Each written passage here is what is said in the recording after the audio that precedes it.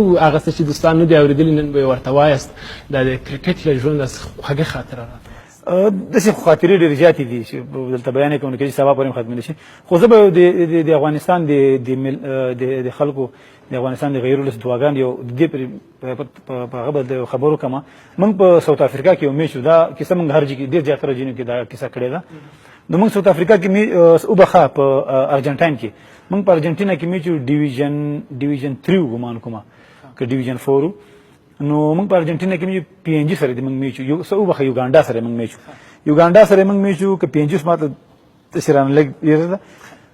زه نو موږ 15 کسان وټو په شپې تورن زبان دي د وخت کې باران شروع شو چې باران شروع شو باران دای موږ بیټینګ ختم کو هغه ته په شله ورکی شپې تر ټارګټ ورک نو دی وخت د اسمان بالکل تکشین شو لګ اکثر عموما کابل کې تکشین چې بيخي ورېز بيخي ښکاري نه نو کبیر خان دی من کو چې کبیر خان ډېر دیندار انسان مو نو خو ډېر زیات لکان خفو ده په شله ورکی شپې تر زه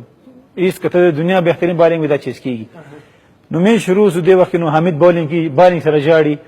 دولت امازه وخت مې سره بولو هغه جوړل نو چا چې بونه کو جوړل دی نو دی وخت د ډیر لرنه یو د څه وړکې ورېز لکه دا ګوډي پران نه راګانټه د څه ورېز وړکې باندې کې نو د کبیر خان یو مشر په غلې کې دغه تور شهر روان دی ولګ پام کو خو پته لګي کله دومره افغانان چې دعاګانې کې د دعاګانې دوی قبليږي موګرن معلومات شي نو موږ د کبیر خان موږ د غسم راغله او خفغان مو موږ د کبیر ته وسو غدا فلونه شوه ده مسلمان هغه نو چې د خدای کوم کارغه مرغه رواني خو دی وخت شل رنده پکارو تقریبا لا ول سره هغه په درې ورګه سلوي خنده خو مې ختمو دی وخت امپیر ولې یو ساس کې باران مو شو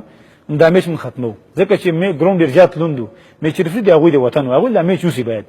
خو بل یو انګريز امپیر هغه ویل کې معمولی باران مو شو نو دا میچ سبا له سره کیږي نو دا مونږ له باران شرط کیږي نو دا خو د دې په دې وچ لمر کې باران اوس کم دي نه راغی خو مې شروع شو په دورس کې بیا لسنده پکارو دا ورځ د سره روانه و لکه یو تایرنی روان ته په خدای کې نه دومره ورېز لکه دا سرکل نه دی او 80 متر ورېز وو یره په دې ګروم چې تر دا دې ګروم چې مده لاړه ته په خدای کې نه دا یو ساس کې لګا د یو جام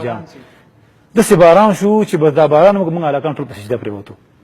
او توبې مو باسه نو مې چې واکن د افغانان دعاګانې دي یعنی کاغه ورځ موږ میچ بللای وای نو د افغانستان کرکټ په کدي حالت موږ راځون چې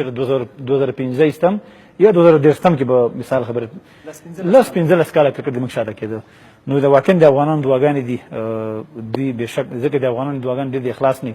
چې دا یو سړی بل ته دعا کوي دغه دعا د اخلاص نه نو موږ ته احساس شو واقعي الله موږ سره ده اوس موږ نه ساريګو نو الحمدلله هغه ورځ برکت نن افغانستان په دې هغه موږ بیا په سبا چې لو بوش بیا متریو غټل سبا ما نوروز دومره ته سرمنه کوم واسه 200 شپته کې 200 یان وکړه اتیا نوروز اتیا په ما وکړه او په شپته دوی بیا وکړه نو شکر دی الله ډېر مهرباني ده بس چې په دغه مکان په نړیوال کرکټ